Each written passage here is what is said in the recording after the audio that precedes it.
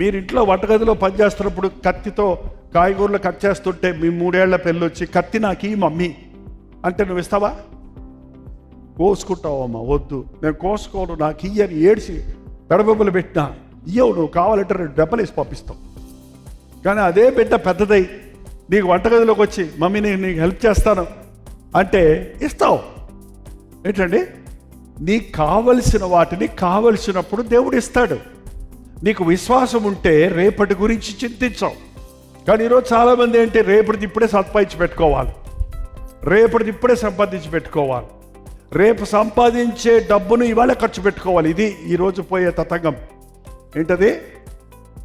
రేపు కావాల్సింది ఇప్పుడే పెట్టుకోవాలి, రేపు సంపాదించే డబ్బు ఇవాళ ఖర్చు పెట్టుకోవాలి. అప్పుడు ఏమవుతున్నావు? ఎక్కడికి పోయి బతుకుంటున్నావు? సమస్యల్లో చిక్కుంటున్నారు. భయంకరమైన సమస్యల్లో ఉన్నారు. ఇవాళ ఆర్థిక ఇబ్బందుల్లో ఉన్నారు. కారణం దేశ పరిస్థితులు మారిపోతున్నాయి. ఒకటి విలువైనది అనుకున్నది విలువలేనిదిగా మారిపోతుంది. ఇది విలువలేదు అనుకున్నది విలువైందిగా మారుతుంది.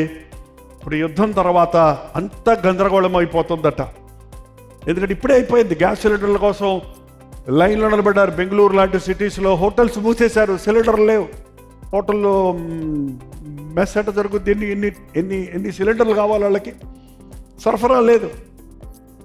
దేవుడైతే ఆయన ధననిధి తరగదు. లోకంలో నీకు ఎంతున్నా అది అయిపోద్ది. కానీ దేవుడు యెహోవా ఈరే